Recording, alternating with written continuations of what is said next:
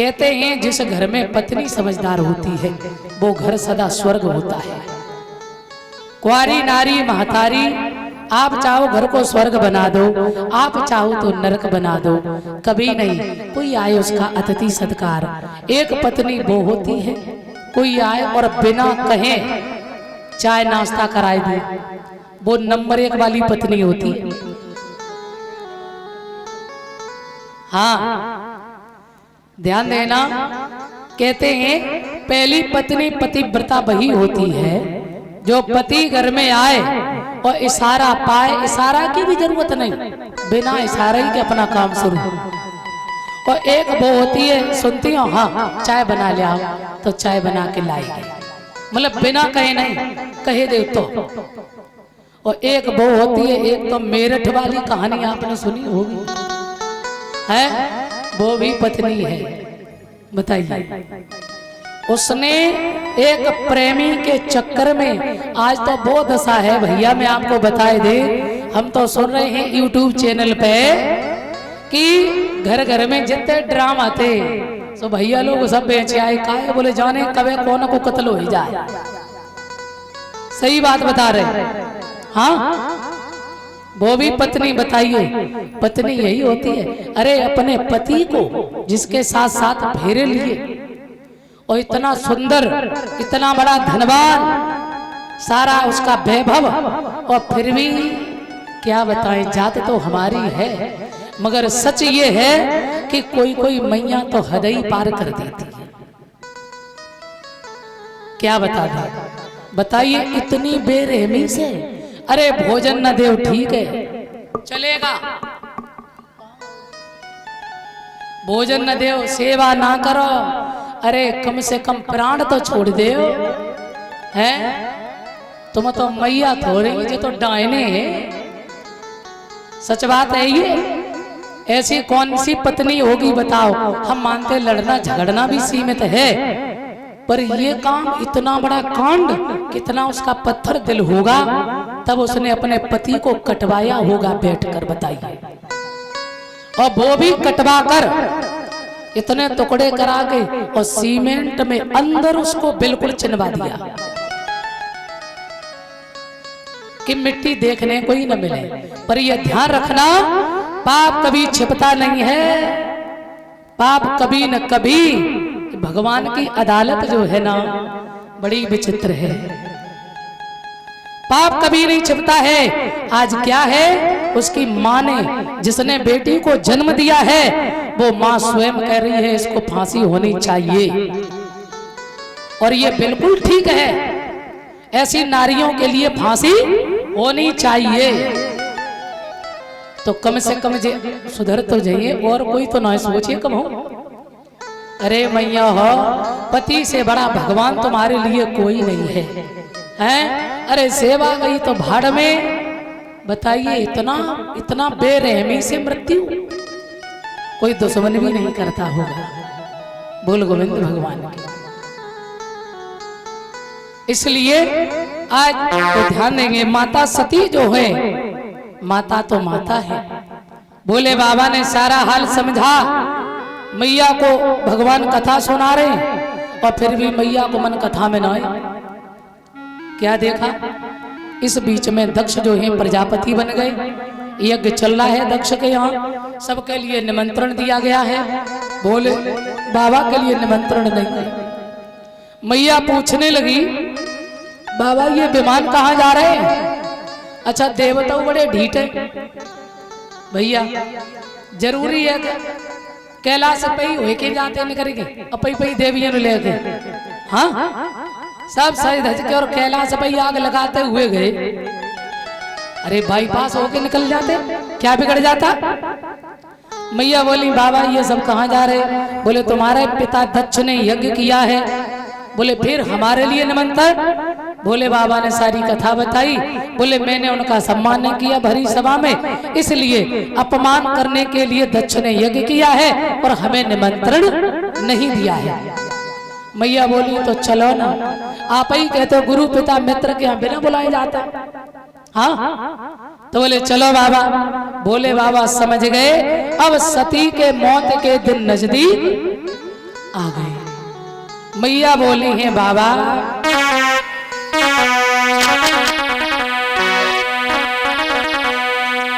अरे सजना से बोली सजनिया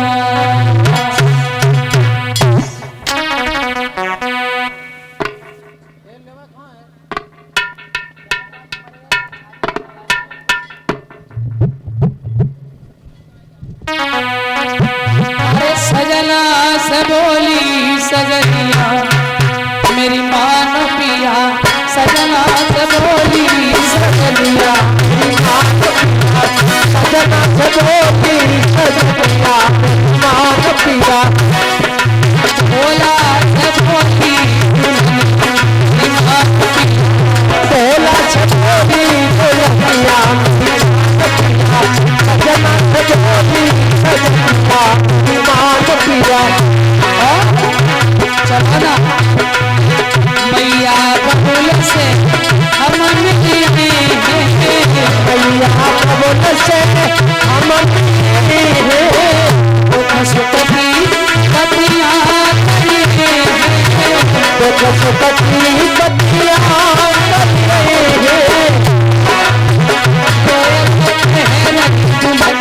मेरी महापिया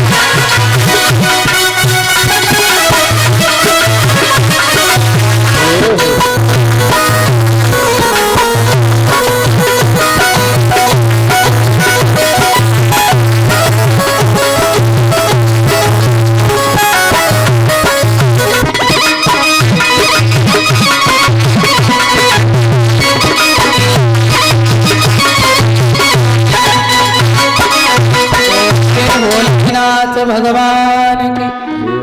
मैया कहने लगी चलो ना बाबा। भोलेनाथ समझ गए अब सती के मौत के दिन नजदीक आ गए। बोले मैं तो जाने वाला नहीं बिना बुलाए, और सती मेरा कहना तो यही है तुम भी बिना बुलाए मत जाओ, सम्मान नहीं होगा। मैया नायमानी बाबा ने 2 गढ़ साथ में किए, नंदी साथ में किया और बोले जाओ। बड़ी प्रसन्न होकर के गई पिता के यहाँ। क्या देखा, बहनें हंस रही हैं। हंसना भी कई तरीके का होता है। एक तो सच में मन से हंसना होता है खुशी में, और एक किसी की खिल्लियां उड़ाने में भी हंसना होता है। तो बहनें खिल्लियां उड़ा रही हैं।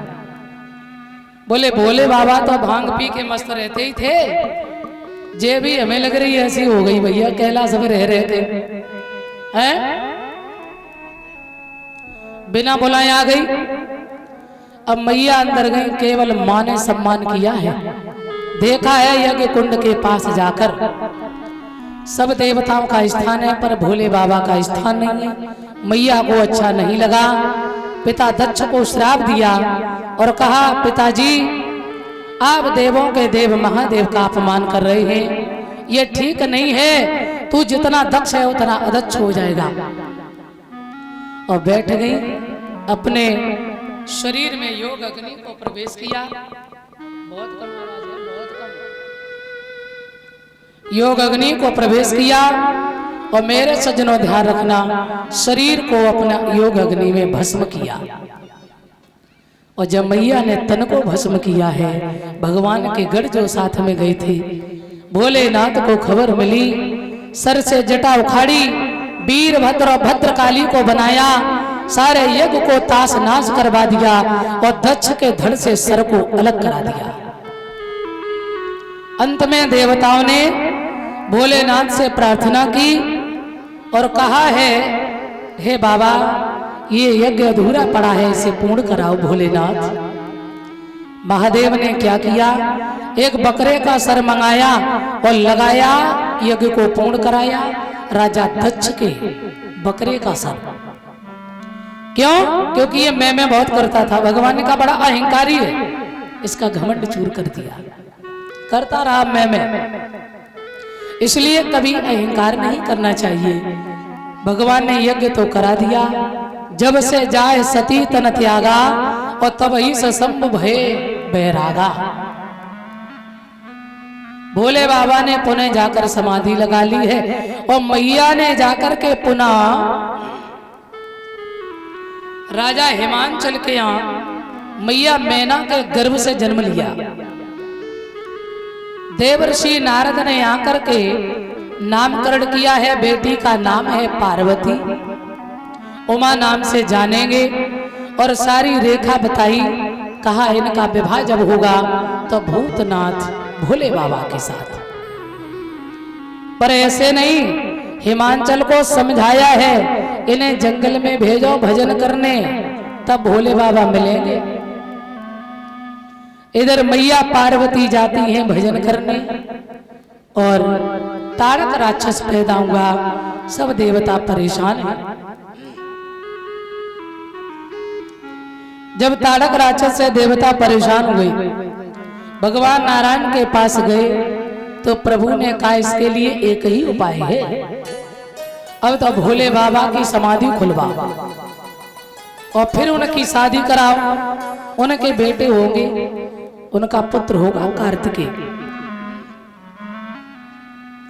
और कार्तिकेय के द्वारा ही इस तारक राक्षस का उद्धार होगा।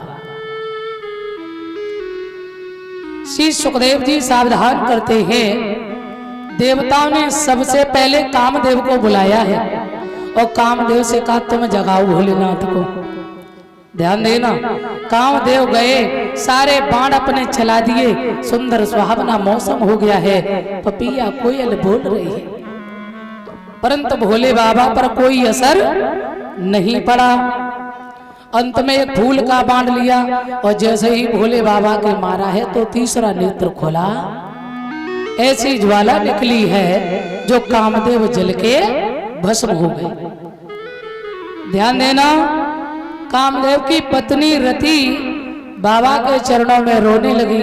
भोलेनाथ ने कहा तुम्हारा पति अभी नहीं, द्वापर में मिलेगा, रुक्मणी के गर्भ से जन्म लेगा, उनका नाम होगा प्रद्युम्न। सो रति प्रसन्न होके चली गई और बोले सबके अंदर तुम्हारे पति का वास होगा काम के रूप में।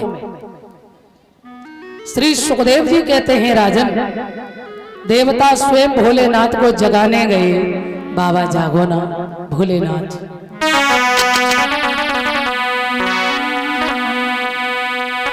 जागो ना भोलेनाथ, ओ जागत नहीं बाबा, ओ जागत नहीं भोले, जगाया रे जागत नहीं बाबा, अरे जागत नहीं बाबा, जगाया रे जागत नहीं, जगाया रे जागत नहीं भोले, जगाया रे जागत नहीं, जगाया रे जागत नहीं बाबा।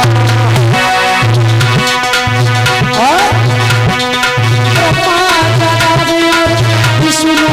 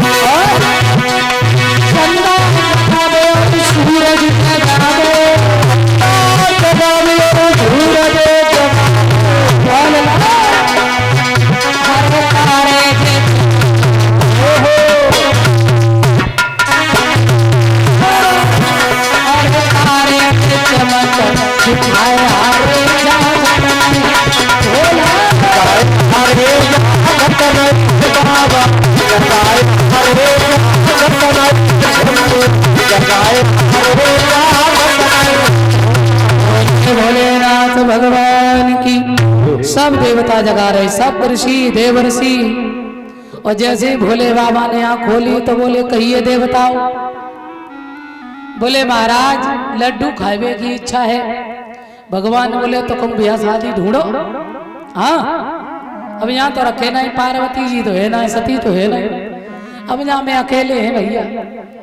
बोले ना ना ना बाबा कहीं और नहीं, आपकी ही शादी देखना चाहते हैं। भगवान बोले तो हम तो शादी करेंगे नहीं। अरे बोले मैया बहुत दिन से तपस्या कर रही है तुम्हारे लिए। बाबा बोले तुम्हें कैसे पता है, परीक्षा लेके आओ। सब देवता गए और मैया की परीक्षा ली। कैसे ले? देवी मैं आपसे बड़े प्रसन्न है, असतप काहू न कीन भवानी। देवता बोले तुम्हारे जैसा तप आज तक किसी ने नहीं किया है। हम सब आपके ऊपर प्रसन्न हैं और तुम वरदान मांगो। एक काम करो, विष्णु